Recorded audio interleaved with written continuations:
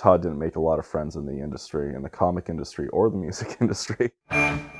So from the beginning, I found Todd to be a very disagreeable character. It was pretty clear that he was in it to, primarily make a buck and to suck off the popularity of these bands.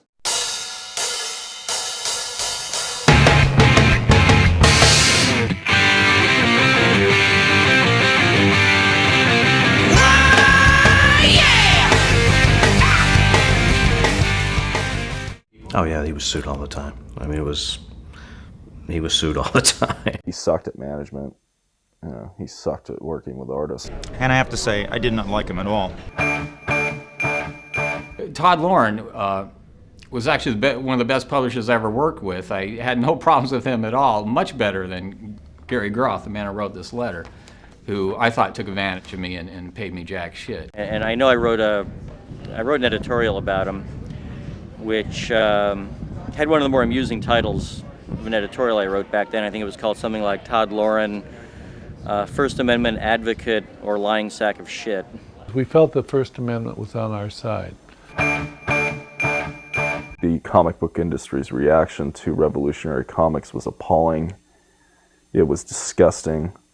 It was a bunch of people running to cover their ass because they didn't want to get sued and they wanted to kiss ass to the record company who weren't even involved.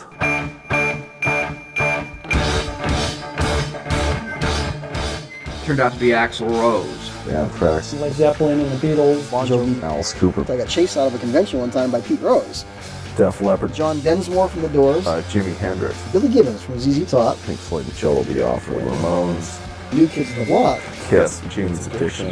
Harry Farrell. Jerry Garcia. Nirvana. Eventually, the Guns N' Roses book went through 7 printings and he sold 175,000 copies. You have to realize one of the best-selling facts of rock and roll music is the fact that there is people out there trying to shut it down, If it, all of a sudden they just pulled out all the stops, it would lose its momentum, it would lose its salt and pepper, its strength. The taste, it would interest you. It's no longer controversy if you can just do all the fucking and sucking and you won't on these things.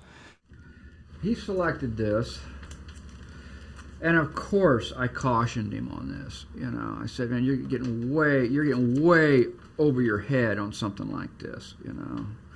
It's got a little girl in it, and if on the flip side you've got this monster with a metallic penis.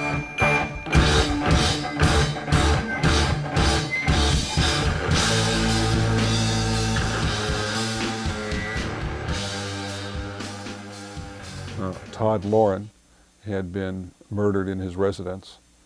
The victim, Todd, had been stabbed approximately 15 times in his bedroom. He was found lying on his back in his bed, stabbed 15 times.